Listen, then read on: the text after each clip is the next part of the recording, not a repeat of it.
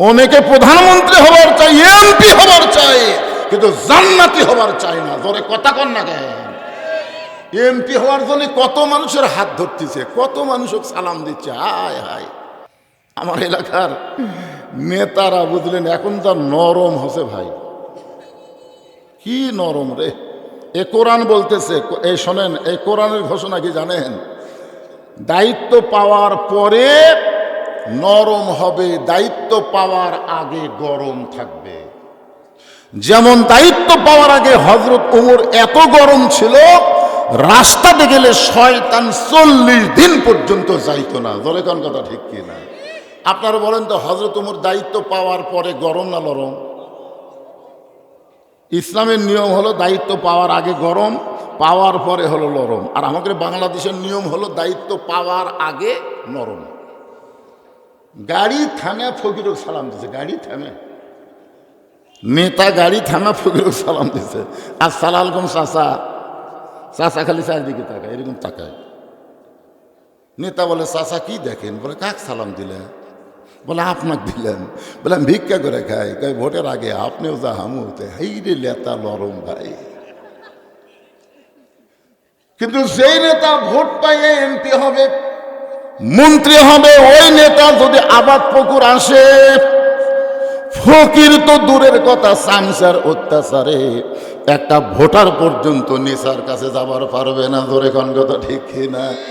নেতার আগে থাকবে 100 মোটর সাইকেল, পিছনে থাকবে 100 মোটর সাইকেল।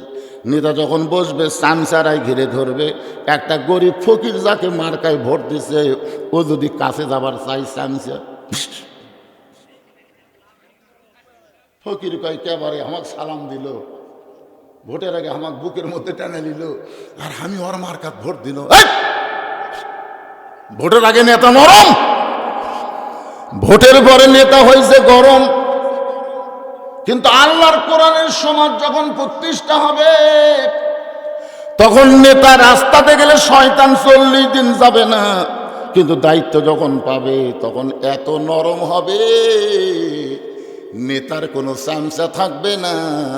নেতা একা একা চোরের মতন মানুষের দুঃখ কষ্ট দেখার জন্য ঘুরবে।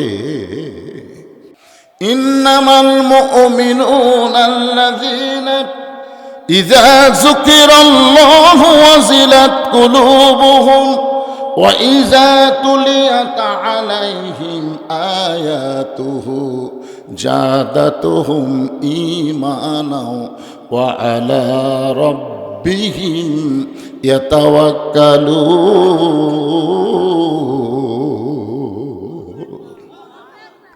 তো নামাজি মনে করবে, প্রথম গেট দেখে মনে করবে এটাই জান্নাত, ঠস করে বসবি। তখন ফেরেশতা কয় আল্লাহ আপনি 70,000 বরণ করার গেট নির্মাণ করছেন, এই প্রথম গেট দেখেই যদি বসে, আর প্রত্যেকটা দরজা যদি একবার করে বসে, ও আসল জান্নাত দিয়ে যেতে তো খুবই কষ্ট হবে। এই জন্য আল্লাহ কয় শোনো, এখন থেকে নামাজি যখন বসবার চাবি মারবা ধাক্কা, এক ধাক্কা দেন পরের গেটত যায়, পরের গেটত যদি জান্নাত মনে করে বসবার চায় আবার এক ধাক্কা মারবা। এইরকম ধাক্কায় ধাক্কায় জান্নাতের দরজায় যখন নিয়ে যাওয়া হবে, সঙ্গে সঙ্গে আল্লাহর পক্ষ থেকে বলা হবে সালাম। সুবহানাল্লাহ বলেন। কে বলতেছে? আল্লাহ বলতেছেন সালামুন আলাইকুম তিবতুম ফাদখুলুহা খালিদিন। সবাই যখন দুনিয়াদারি করেছে, তুমি তখন মুয়াজ্জিনের আযান শোনার সঙ্গে সঙ্গে দুনিয়ার কাজ কামকে হারাম করে দিয়া তুমি আমার ঘর মসজিদের মধ্যে ঢুকেছো ডান পা দিয়া। আল্লাহুম্মা আফতাহলি আবওয়াবা রাহমাতিক দোয়া পড়ে যখন তুমি রুকুর থেকে সেজদায় গেছো, তুমি বান্দা জানো না ওয়াসজুদ ওয়াক্তারিব, তুমি যখন সেজদা দিছো আমি আল্লাহ তখন তোমার নিকটেই ছিলাম। তুমি সেজদার মধ্যে যখন সুবহান রাব্বিয়াল আলা, সুবহান রাব্বিয়াল আলা বলেছো, আমি আল্লাহর কুদরতি চোখের মধ্যে পানি চলে আইছে। ফেরেশতা বলে আল্লাহ আপনার চোখের মধ্যে পানি। আল্লাহ বলে ফেরেশতারা রে, আমার কোনো বাপ নাই, আমার কোনো মা নাই, আমার কোনো সন্তান নেই, কিন্তু আমার নামাজি বান্দা বান্দিরা ওরা যখন আমাকে সেজদা দেয়, ওদের চাইতে আপন আমি আল্লাহর আর কেউ না। আল্লাহ বলবেন তোমাদের জন্য শান্তি, জান্নাতের মধ্যে ঢুকো, ফাদখুলুহা খালিদিন। একবার যদি জান্নাতের মধ্যে ঢোকো আর তোমাদের কোনোদিন জান্নাত থেকে বের করে দেওয়া হবে না। সঙ্গে সঙ্গে নামাজি ব্যক্তি কি বলবে? নামাজি ব্যক্তি কি বলবে শুনবেন? নামাজি ব্যক্তিরা বলবে ওয়াকালুল হামদুলিল্লাহিল্লাযী সাদাকানা ওয়া'দাহু ওয়া আওরাসানাল। আল্লাহ আপনার নবী বলেছেন আসসালাতু মিফতাহুল জান্নাহ, নামাজ হচ্ছে বেহেশতের চাবি। এটা আমরা দুনিয়াতেই শুনেছি যে নামাজ হচ্ছে বেহেশতের চাবি। আজকে আপনি জান্নাতের দরজা খুলে দিয়ে আমাদের জান্নাতে ঢুকবার কবেন, আর আমরা জান্নাতে ঢুকব? আল্লাহ কাই করে জান্নাতে ঢুকবার গেলাম, জান্নাতের দরজা খুলে দিলাম, আর তোরা জান্নাতে ঢুকবি না কেন? সঙ্গে সঙ্গে নামাজিরা বলবে ইন্না সলাতি ওয়া নুসুকি ইন্না সলাতি ওয়া নুসুকি ওয়া মাহইয়ায়া ওয়া মামাতি লিল্লাহি রাব্বিল আলামিন। আল্লাহু আকবার। আল্লাহ তুমি কি মনে করছো তোমার বেহেশতের লোভে আমরা নামাজ পড়ছি? আল্লাহ তুমি কি মনে করছো আমরা রুকু করছি, সেজদা করছি, আমরা আসামি হয়ে কান ধরে আমরা হাত বেঁধে আসামি হয়ে দাঁড়াচ্ছি তোমার এই জান্নাতের লোভে? আল্লাহ বলবে তাহলে তোমরা কি চাও? নামাজি বান্দা বলবে আল্লাহ আমরা শুধুমাত্র আপনার জন্যই নামাজ পড়েছি, আমরা জান্নাত চাই না গো আল্লাহ, আমরা জান্নাতের মালিক তোমাকে চাই। ফাদখুলি ফি ইবাদি ওয়াদখুলি জান্নাতি। আল্লাহ কোরআনে বলেন কিরামান কাতিবিনা ইয়ালামুনা মা তাফআলুন। আমি যখন বললাম কোরআনের সন্দেহ, আপনার যেই নাই বললেন সঙ্গে সঙ্গে ডান কান্দের ফেরেশতা লেগে ফেলে দিল। কিন্তু যারা জবান বন্ধ করে থাকলেন, এখন ফেরেশতারা তো বেকায়দা। আল্লাহ বলতেছে আল্লাহ আমরা কি লিখবো? আল্লাহ বলতেছে ও যখন জবান বন্ধ করে আছে বাম কান্দের ফেরেশতা লেখ। তো বাম কান্দের ফেরেশতা বলে আমিও তো শুনিনি আল্লাহ। আল্লাহ বলে তুই না শুনলে কি হবে? আল্লাহু আলিমুম বিজাতিস সুদূর, ওর অন্তরের খবর আমি জানি। উনি হলো বোবা শয়তান। যখন কি শয়তান? যারা হক কথা বলে না, কোরআনের মধ্যে সন্দেহ নেই, এটা হলো সবচেয়ে বড় সত্য কথা। জোরে কোন কথা ঠিক কিনা? এই সত্য কথার সময় যারা জবান বন্ধ রাখে এরাই হলো মানুষরূপী বোবা শয়তান। তাও সবাই ঠিক কয় না। এই কোরআনের মধ্যে কোনো সন্দেহ, এই কোরআনে কোনো গোজামিন, এই কোরআনে কোনো ধোঁকা। এখন আপনার বলেন তো এই কোরআন আল্লাহ আমাকে কি জন্য দিছে? পড়ার জন্য, তাই না? হায় হায় রে, এই কোরআন পড়িছে, কোরআনের বাংলা অর্থ পর্যন্ত লিখছে, মরার সময় রাম রাম করে মরিছে। এর নাম হলো গিরিশচন্দ্র সেন। ধরে কোন এর নাম কি? কোরআন পড়িছে, না পড়লে কোরআনের বাংলা অর্থ লিখবার পারে? কোরআন পড়িছে, কোরআন বুঝিছে, এরপরও রাম রাম করে মরে গেছে। তার মানে বোঝা গেল শুধু কোরআন পড়ার জন্য আল্লাহ দেয়নি, শুধু কোরআন বোঝার জন্য আল্লাহ দেয়নি, কোরআন মোতাবেক নিজের জীবনকে পরিচালনা করার জন্য আল্লাহ কোরআন দিয়েছে। ধরে কোন কথা ঠিক কিনা?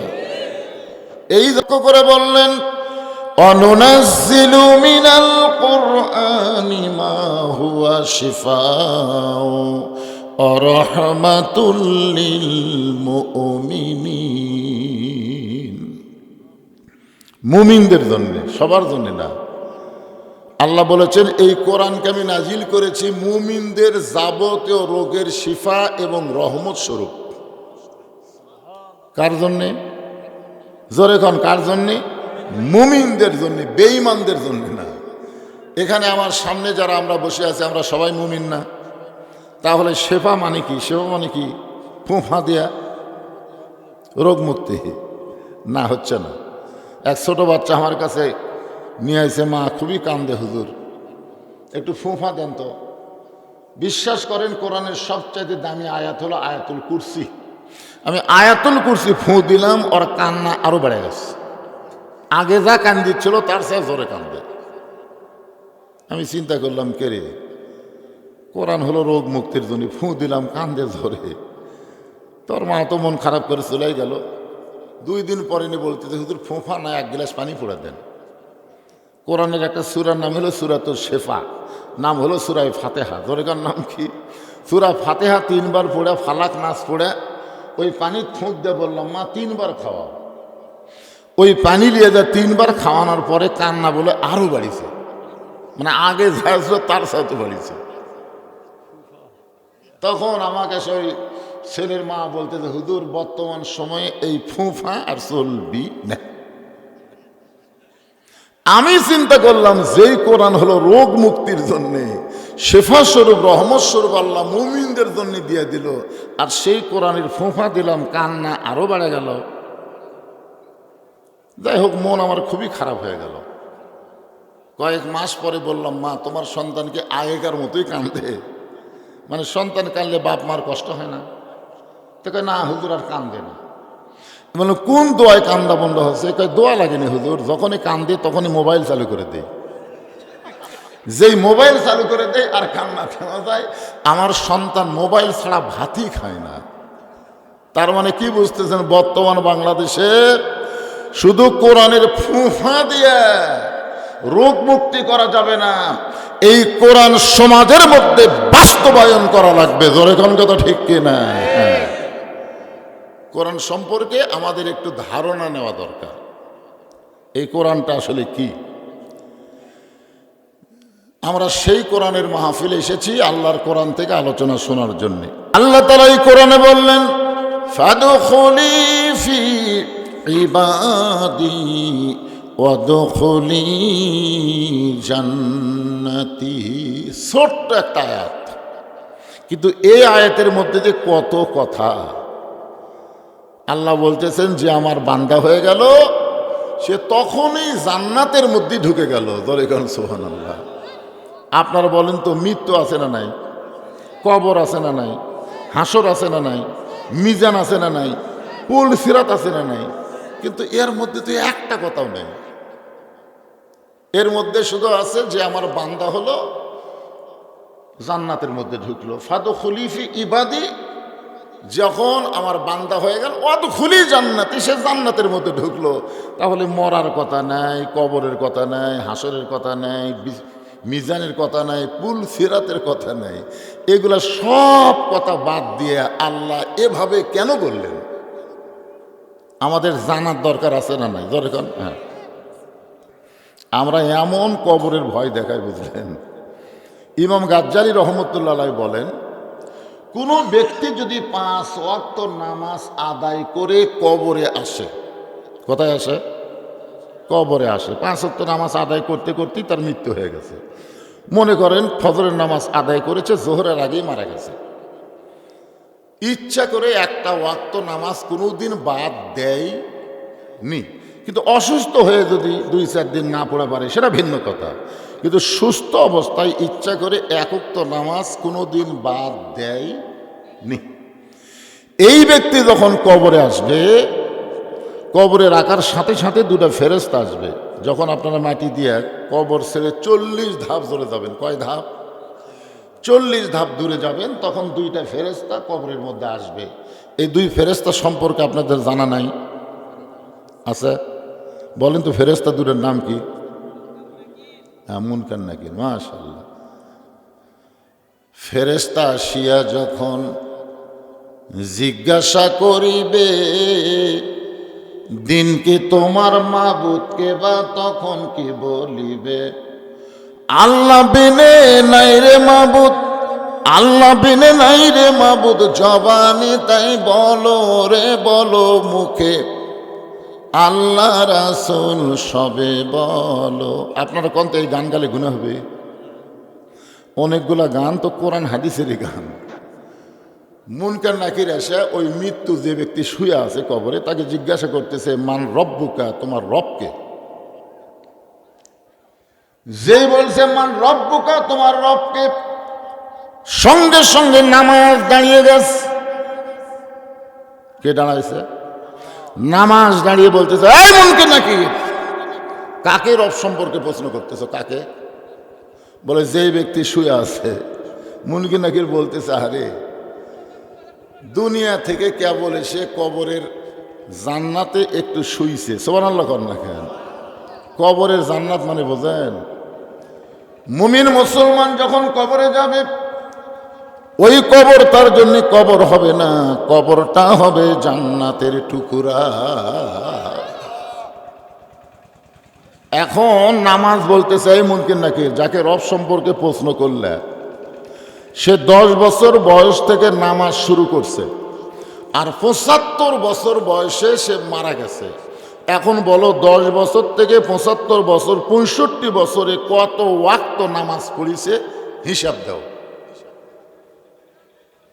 মুনকার নাকির বলবে, ভাই আমার কাছে তো ক্যালকুলেটর নাই। তো ক্যালকুলেটর নাই তো মান রব্বুকা প্রশ্ন করিস? মুনকার নাকির, ফরজ নামাজ দৈনিক হলো 17 রাকাত। দৈনিক 5 ওয়াক্ত কয় রাকাত? 17 রাকাত।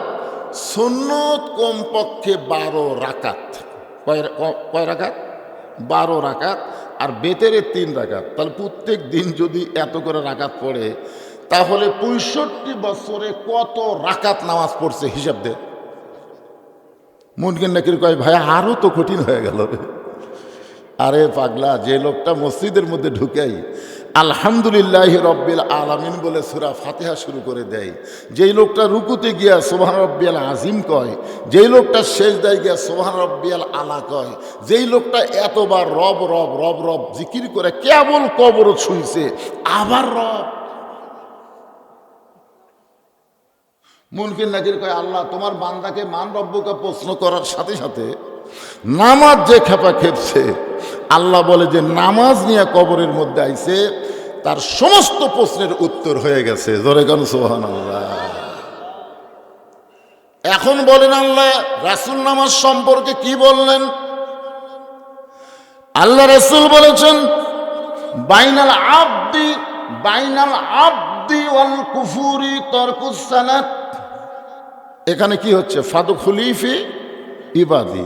রাসূল বলতেছেন বাইনাল আবদি ওয়াল কুফুরি তরকুস সালাত, বান্দা আর কাফের, এই দুইটা পৃথক করা জিনিসের নামই হলো নামাজ।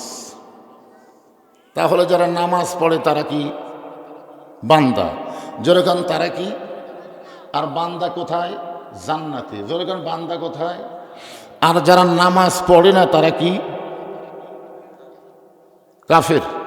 আপনার হাদিস কি শুনলেন? বাইনাল আবদি ওয়াল কুফুরি তরকুস সালাত, বান্দা আর কাফের মধ্যে পৃথক করা জিনিসটার নামই হলো নামাজ। যারা নামাজ আদায় করে তারা কি? বান্দা। যেরকম তারা কি?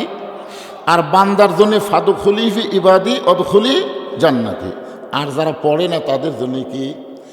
অকালাল্লাযীনা ওয়াসীকাল্লাযীনা কাফারু ইলা জাহান্নামা যুমারা। যারা নামাজ পড়ে না, মুসলমান দাবি করে, তাদেরকে ধাক্কায়া ধাক্কায়া আল্লাহ জাহান্নামে নিয়ে যাবে।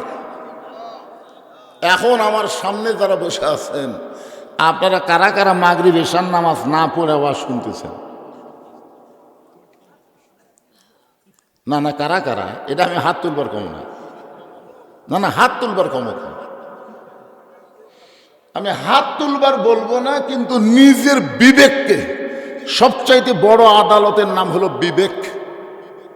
সবচাইতে বড় আদালতের নাম কি? বিবেক। নিজের বিবেককে আপনি প্রশ্ন করেন তো, এশার নামাজ না পড়ে যারা ওয়াজ শুনতেছেন, ফজরের নামাজের আগে যদি মারা যান, যদি মারা যান তাহলে দুনিয়ার কত হুজুর আপনার জন্য দোয়া করলে আপনি জান্নাতে যাবেন। কারণ রাসূল ডাইরেক্ট বলেছেন, লা সলাতা লা ইমানা, যার নামাজ নাই তার ঈমান নাই। আল্লাহ রাসূল বলেছেন, লা সলাতা লা দীন, যার নামাজ নাই তার কোনো ধর্মই নাই। এমন একটা কঠিন হাদিস বুখারী শরীফের মধ্যে আছে, মান তারাকা সালাতু মুতাম্মিদান ফাকাত কাফারা। এই ছেলেরা, যুবকেরা চিন্তা করতেছে, হুজুর তো হামাকের বিরুদ্ধে আওয়াজ দিল। আপনারা বলেন তো, নামাজ কি বুড়া বয়সের নামাজ না যৌবন বয়সের নামাজ? আমি যদি এই বয়সে আল্লাহর সামনে হাজিরা দেই, এই বয়সে, এখন যে আমার বয়স চলতেছে, আল্লাহ আমাকে বলবে তোমার বুড়াকালের কোনো হিসাব আমাকে দেওয়া লাগবে না, তোমার শৈশবকালের কোনো হিসাবই আমি আল্লাহ চাই না, খালি যৌবনকালের হিসাব দিয়া জান্নাতে যাও। এই জন্য রাসূল বলেছেন 7 বছর থেকে নামাজের তালিম দাও, আর 10 বছর থেকে জোর করে নামাজ ধরাও। মুসলমানরা যখন নামাজ ধরবে, ওই মুসলমানের জন্য আর কোনো অন্যায় কাজ করা সম্ভব নয়। এই কথা আমি বলি নাই, বলেছে আমার আল্লাহ। জোরেগণ কে বলেছে? ইন্নাস সালাতা তানহা আনিল ফাহশাই ওয়াল মুনকার। একমাত্র নামাজই পারে মানুষকে যাবতীয় বেহুদা ফায়সা খারাপি কাজ থেকে বাঁচায় দিতে। আমাদের প্রত্যেকের যুবকের হাতে একটা করে মোবাইল আছে না নাই? যুবক তো দূরের কথা, পুচকের হাতেও তো একটা দেখা যাচ্ছে।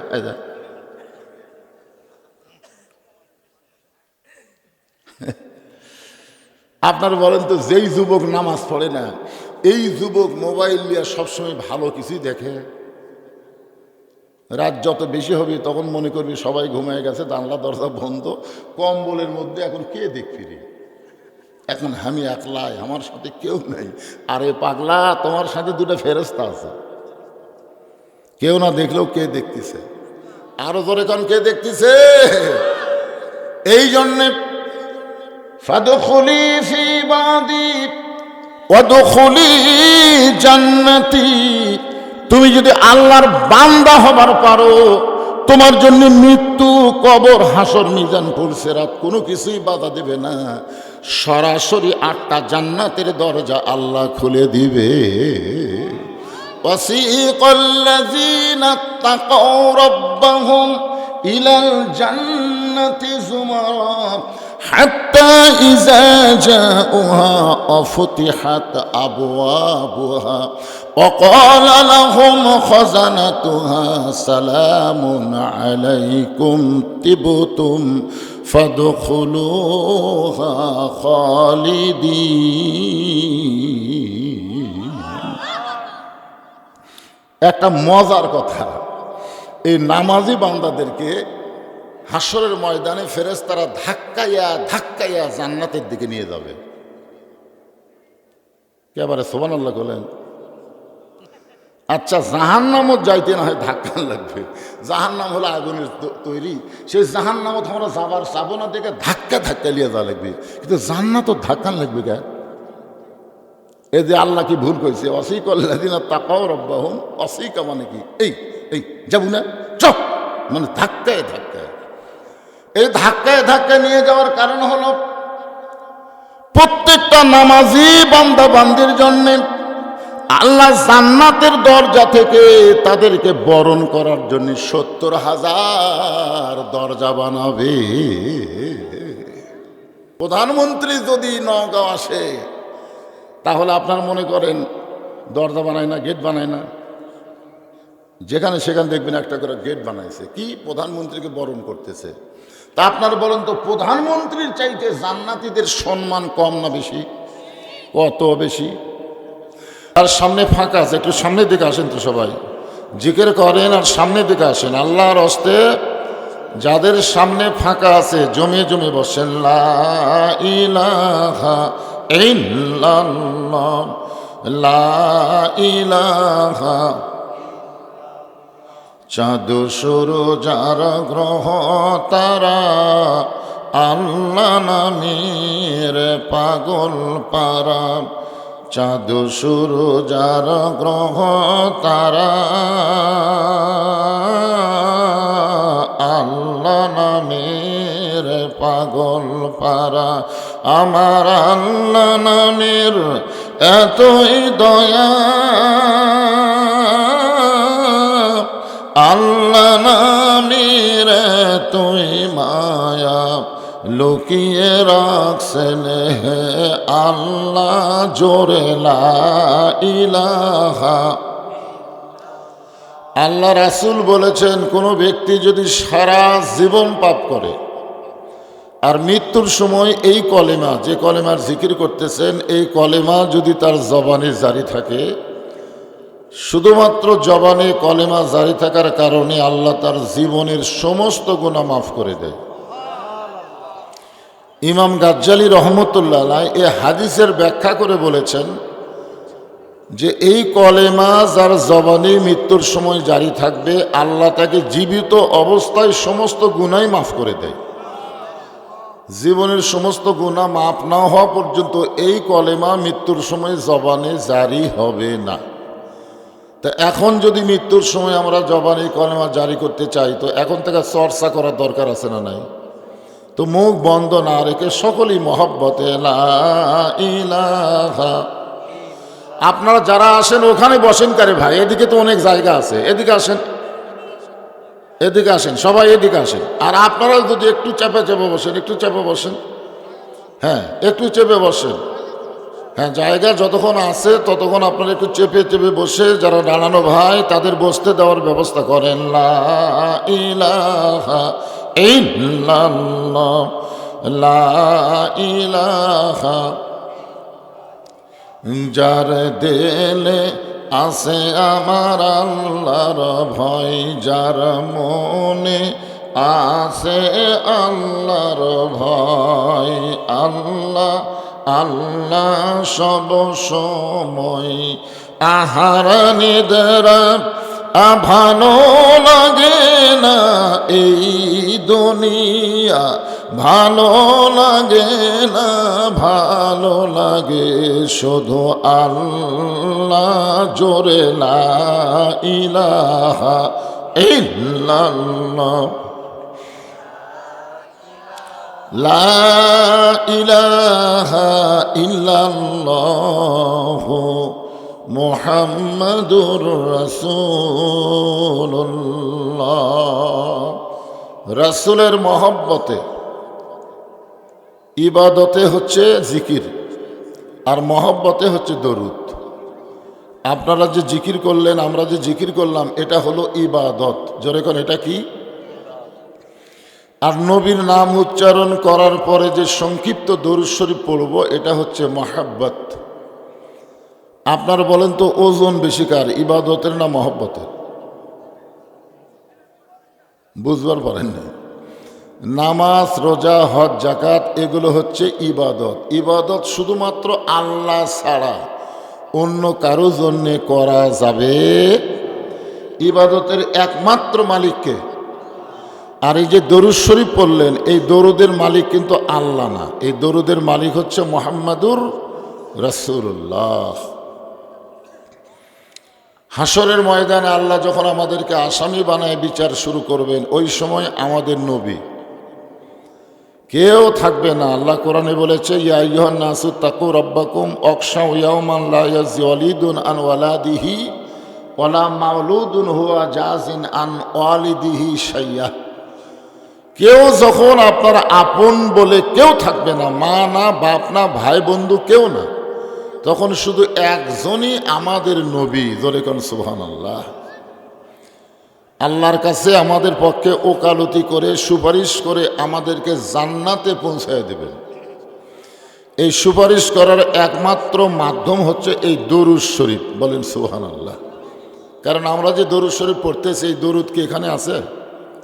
একদল ফেরেশতার কাজই হলো মুখের দরুদ শেষ হওয়ার সঙ্গে সঙ্গে আপনার নামে এই দরুদগুলো রাসূলের রওজা মোবারকে পৌঁছাইয়া দিবে। সবাই সুবহানাল্লাহ বললেন না? বিশ্বাস হচ্ছে না?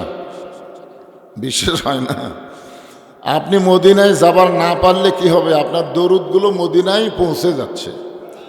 এই জন্যে যখনই নবীর নাম উচ্চারণ করব, কোনো কৃপণতা না করে, বকিলতা না করে, মহব্বতে জবান খুলে বলবো সাল্লাল্লাহু আলাইহি ওয়াসাল্লাম। সিলমাদার পশ্চিমপাড়া গ্রাম কর্তৃক আয়োজিত আজকের এই ওয়াজ মাহফিল আল্লাহ তাআলা যিনাকে সম্মানিত সভাপতির আসনে কবুল করেছেন, জনাব মোহাম্মদ আজিজা রহমান, আজকের এই মাহফিলের সম্মানিত সভাপতিকে অন্তরের অন্তঃস্থল থেকে আমি শুভেচ্ছা জ্ঞাপন করছি। আজকের এই মাহফিলের সম্মানিত সহসভাপতি জনাব মোহাম্মদ মোস্তাফিয়া মণ্ডল মাস্টার সাহেব, আজকের এই মাহফিলের সম্মানিত সহসভাপতিকে অন্তরের অন্তঃস্থল থেকে আমি শুভেচ্ছা জ্ঞাপন করছি। আজকের এই মাহফিলের সম্মানিত প্রধান অতিথি, সম্মানিত বিশেষ অতিথিবৃন্দ, আজকের এই মাহফিলের সম্মানিত ওলামাই কেরাম, আপনাদের মাঝে মাঝে যে সমস্ত আলেম ওলামা বসে আছেন, মঞ্চে আছেন, মাগরিবের নামাজের পর থেকে এত রাত পর্যন্ত কোরআন হাদিসের আলোকে অত্যন্ত গুরুত্বপূর্ণ আলোচনা করে আপনাদেরকে শুনাইছেন, আলেম ওলামা সহ আজকের মাহফিলের বক্তাগণকে অন্তরের অন্তঃস্থল থেকে আমি শুভেচ্ছা জ্ঞাপন করছি। আপনারা একটা জিনিস খেয়াল করছেন যে আমার ওই ভাই ওই জায়গা থেকে আসতেছে, আপনার বলেন তো ওনার স্যান্ডেল কোথায়? স্যান্ডেলটা হাতে নেয়নি, কথা কোন হাতে নিচে গেলে নেই। তো যখন একটা দাঁড়ানো মানুষ স্যান্ডেল হাতে নেয়, ওই স্যান্ডেল কিন্তু আপনাকে মাথার উপর দিয়ে আসে। তা আপনাদের মাথার দাম বেশি না স্যান্ডেলের দাম বেশি? দেহের ভিতরে সবচাইতে দামি সম্পদের নাম হলো মাথা, আর সবচাইতে কম দামি হলো পাও, তার চাইতেও কম দামি হলো স্যান্ডেল। তাহলে ওই জায়গা থেকে ওই জায়গায় বসবার গেলে স্যান্ডেল আপনাকে মাথার উপর দিয়ে আসা লাগতেছে। তা এখন ওই লোকগুলা যদি ওই জায়গায় বসবার চায়, ওরা কি স্যান্ডেল উঠি থবি? তাই ওরা স্যান্ডেল হাতত নিবে। এখন হাতত নিলে আপনাকে মহামূল্যবান মাথার উপর দিয়ে স্যান্ডেল চলে আসবে। এই জন্যে আপনারা কি একটু কষ্ট করে হলেও এই জায়গাগুলোকে একটু এই সাইড থেকে আপনারা পুরা করতে পারবেন না? ইচ্ছা করলেই পারবেন।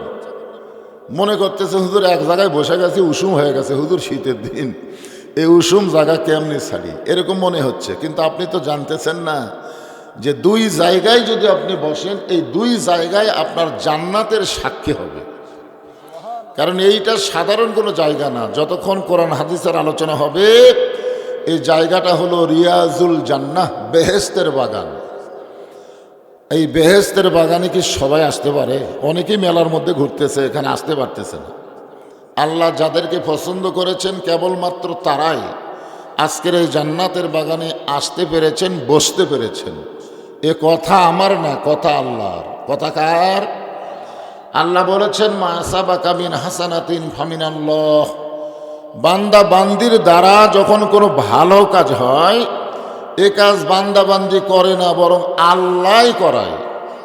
তাহলে আপনারা অন্তর থেকে বলেন তো, কোরআনের মাহফিলে বসা এটা ভালো কাজ না খারাপ কাজ? তাহলে এই ভালো কাজকে আপনারা করলেন, এই কাজ আল্লাহ আপনাকে করায় দিলেন। এই জন্য সবাই বসার সময় একটু সাইজ হয়ে বসা দরকার। যাই হোক, আলহামদুলিল্লাহ, আমার সামনে যেনারা বসে আছেন, যিনাদেরকে আল্লাহ দয়া করে মেহেরবানি করে এই জান্নাতের টুকরার মধ্যে কবুল করেছেন, আমি আমার অন্তরের অন্তঃস্থল থেকে আপনাদের সবাইকে শুভেচ্ছা জ্ঞাপন করছি। সম্মানিত মা বোনেরা, আপনাদের চাইতে একটু বেশি হয়েছে, বেশি খালি না, ডবল হয়ে গেছে। হ্যাঁ, আমার মা বোনদের বলবো, মা খুব কাছাকাছি আপনার বসেছেন তো, জবানকে বন্ধ রাখবেন, আপনাদের জবান যেন আমরা শুনতে না পাই। চুপি চুপি আপনার আলোচনা শুনবেন। আমি পর্দানিশে মা বোনদেরকেও অন্তরের অন্তঃস্থল থেকে শুভেচ্ছা জ্ঞাপন করে দীর্ঘ অনেক বছর পরে এই সিলমাদার গ্রামে এসে জিজ্ঞাসা করতেছি, আপনারা সকলে কেমন আছেন? আলহামদুলিল্লাহি রব্বিল আলামিন। যে আল্লাহ শারীরিক সুস্থতা, মানসিক প্রশান্তি দান করে আজকের এই জান্নাতের বাগানে আমাদের কবুল করলেন, আমরা সে আল্লাহর উপরে খুশি হয়েছি না বেজার? তাহলে জবান খুলে সমস্বরে সকলে বলবো, রব্বানা লাকাল হামদ হামদান কাসীরান তাইয়িবান মুবারাকান ফীহি। আমরা আল্লাহর প্রশংসা করলাম এই কারণেই যে এই দুনিয়াতে আসার আগে কিন্তু আমরা আর একটা জগতের মধ্যে ছিলাম, মনে নাই কিন্তু বিশ্বাস হয় না আপনাদের? এখানে আসার আগে আপনারা কোথায় ছিলেন? এজন্য একটা গানের মধ্যে কয় না, কোন বনেরই পাখি তুমি আইলারে কোন বনে, আবার কোন বনেতে যাইতে হবে পড়ছে নাকি মনে। গানটার অর্থ বোঝেন? আমরা কোথায় ছিলাম, কোথায় আসলাম, আবার কোথায় আমরা যাব। ভাইজান, যেই জগতের মধ্যে আমরা ছিলাম এই জগৎকে বলা হয় রুহের জগৎ। ওই জগতে শুধু আমাদের রুহু ছিল, দেহ ছিল না। দেহ তৈরি হয়েছে মায়ের উদরের ভিতরে, জোরে কোন কথা ঠিক কিনা? দেহ যখন তৈরি হলো এরপরে আল্লাহ তাআলা আমাদেরকে দুনিয়ার জগতে প্রেরণ করলেন। বর্তমানে যেই জগতে আমরা আছি এই জগৎকে বলা হয় দুনিয়াবি জগৎ। এই জগৎ থেকে আমাদেরকে আর একটা জগতে যেতে হবেই। যতই সুন্দর বাড়ি তৈরি করেন আর যতই অট্টালিকা নির্মাণ করেন, যাওয়া যে লাগবে এই ব্যাপারে কারো সন্দেহ আছে? তাহলে এখানে আমরা তিনটা জগৎ খেয়াল করব। একটা হলো ছিলাম, আছি, যাচ্ছি। যাব না, যাচ্ছি। প্রত্যেকটা ধাপে ধাপে আমাদের হায়াতকে অতিক্রম করে আমরা মৃত্যুর দিকে হাঁটতেছি, জোরে কোন কথা ঠিক কিনা? তো যেই জগতে আমরা ছিলাম ওই জগতে আল্লাহ আমাদের পক্ষে ছিল। সুবহানাল্লাহ বলেন। আল্লাহ যদি আমাদের পক্ষে না থাকতো, দুনিয়ার জগতে আল্লাহ আমাদের মুসলমানের ঘরে কবুল করতেন না। মুসলমানের ঘরে কবুল করা যে আমাদের ভাগ্য কত ভালো, একটাবার কি চিন্তা করছেন? আল্লাহ যদি আমাদেরকে হিন্দুর ঘরে পাঠাতো, মনে করেন যদি বৌদ্ধ খ্রিস্টানদের ঘরে পাঠাতো, আমাদের করার কি আছিল? কিছু আছিল? কিন্তু আল্লাহ তাআলা ওই সকল ঘরে না পাঠায়া আমাদেরকে এত দয়া করলেন যে আল্লাহর পছন্দনীয় ইন্না দীনা ইনদাল্লাহিল ইসলামের মধ্যে আল্লাহ আমাদেরকে কবুল করলেন। এতে আপনারা খুশি না বেজার? তাহলে জবান খুলে বলি আলহামদুলিল্লাহ। এই মাহফিল কমিটির লোকজন কোথায়? এই দরজার তো এরকম ভিড় কর, দরজাকে ভিড় করার জায়গা না দরজা যাওয়া আসার জায়গা? আপনারা বলেন তো, কোনো দরজা কি ভিড়ের জন্য না যাওয়া আসার জন্য? তো যাওয়া আসার জায়গায় তো ভিড় করা যাবে না। যারাই আসবেন, এই ছেলেরাই তোমরা দাঁড়ায় আছো কেন? কি তোমাদের ভাব কি? খালি এই দিকে চাপের, এবার এইদিকে চাপলে ক্যামেরার কারণে আমাকে দেখবার বাবা। এতদিন পরে আসলাম, খালি ওয়াজ শুনলে হবে, একটু দেখাও লাগবে। আমার ওয়াজ শোনেনি এমন কোনো লোক আছে? সবাই শুনছে। এটা আজকে ডাইরেক্ট একটু দেখাশোনা হচ্ছে। ডাইরেক্ট দেখার মধ্যে একটা মজা আছে না নাই? জোরে কোন? এই মজা যদি পাবার চাই সাইডে যাও, ওই কোনার যাও, যাও ওখানে গিয়ে বসো, যাও যাও ময়নারা যাও, কথা শোনা লাগে, বোঝা না? যাও যাও যাও যাও, ওই কোনার দিকে যাও, বসো। হ্যাঁ হ্যাঁ, আমরা আল্লাহর দরবারে শুকুর গুজার করব সব সময় যে আল্লাহ আমাদেরকে দয়া করে রহম করে বিশ্ব নবীর উম্মত হিসাবে কবুল করেছেন। যেই নবীর উম্মত হওয়ার জন্য নবীরাও পর্যন্ত আল্লাহর কাছে লালায়িত ছিলেন।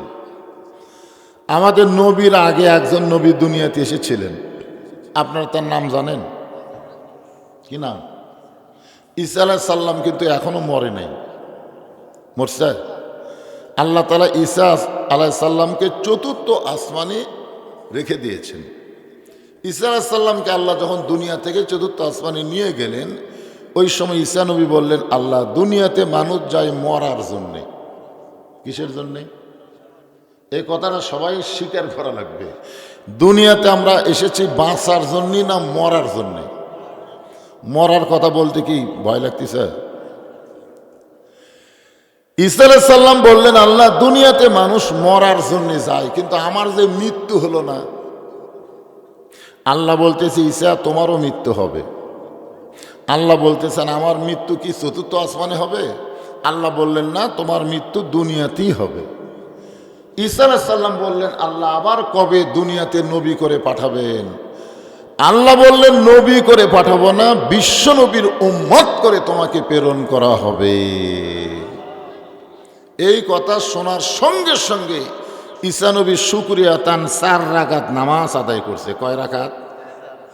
আল্লাহ বলেন, ঈসা, বিশ্ব নবীর উম্মত হওয়ার কথা শুনে তুমি 4 রাকাত নামাজ আদায় করার পিছনে কারণ কি?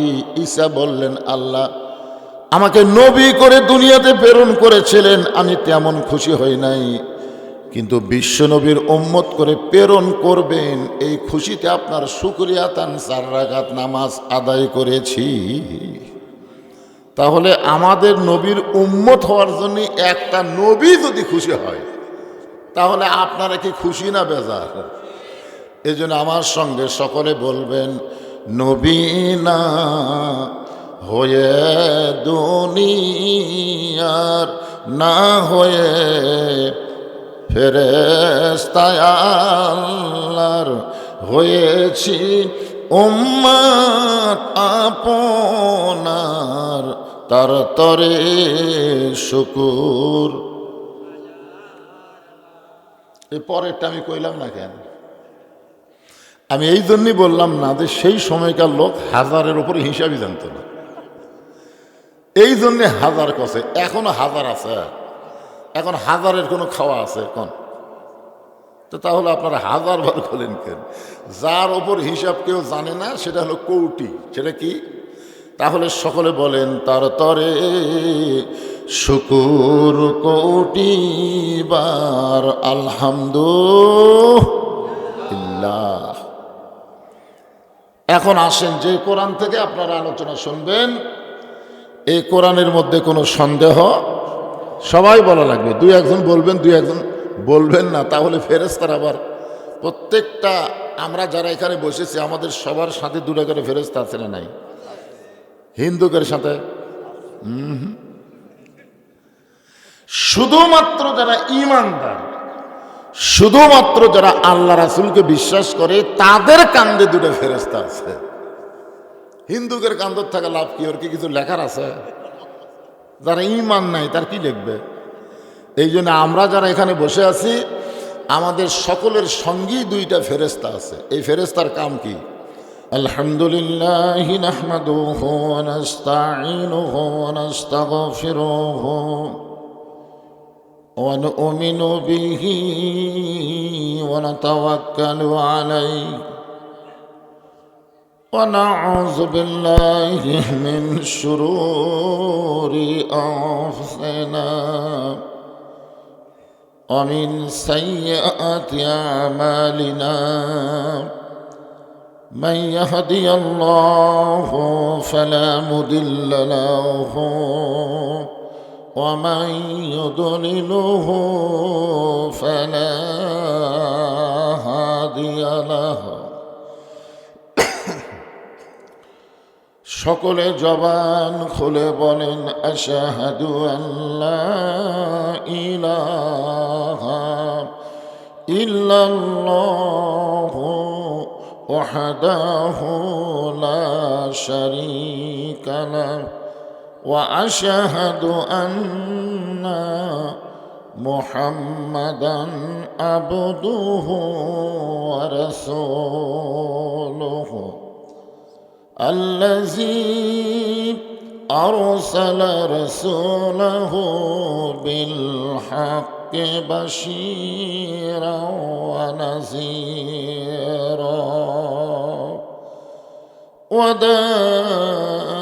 وداعيا إلى الله بإذنه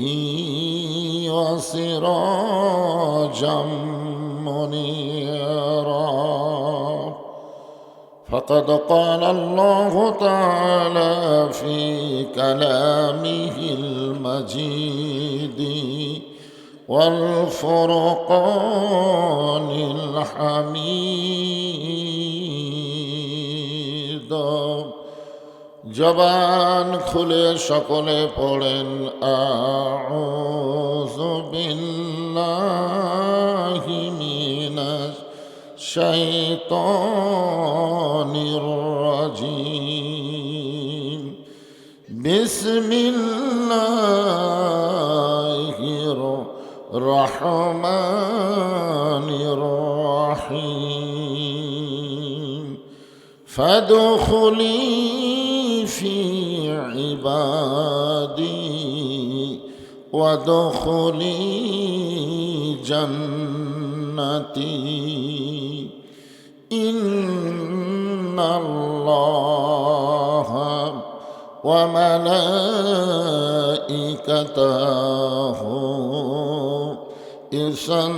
يصلون على النبي يا أيها الذين آمنوا صلوا عليه وسلموا تسليما اللهم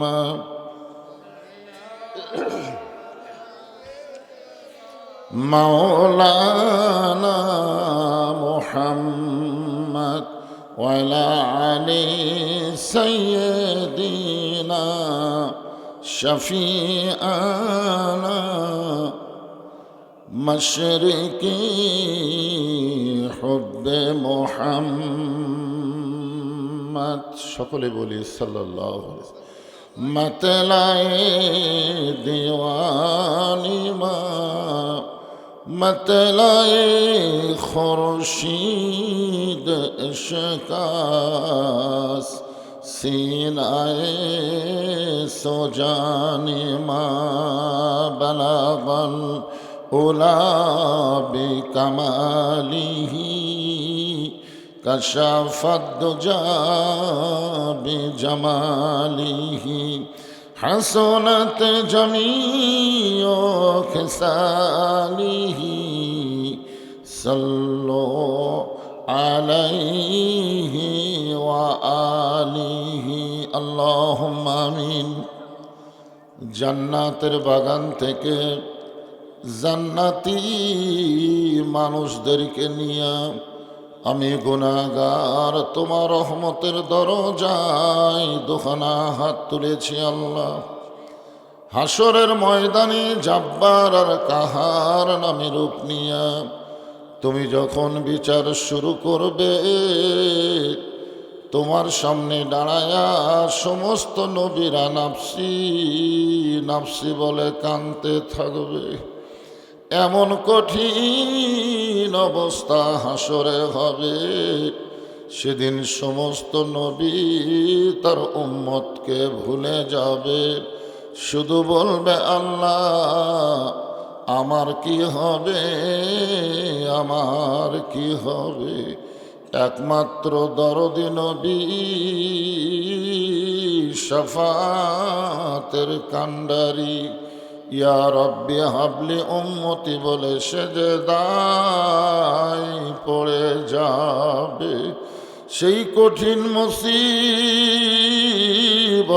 সময় আজকের এই মাহফিলকে ওসিলা করে আমাদের সবাইকে রাসূলের উম্মতের কাতারে আল্লাহ কবুল করে নিও।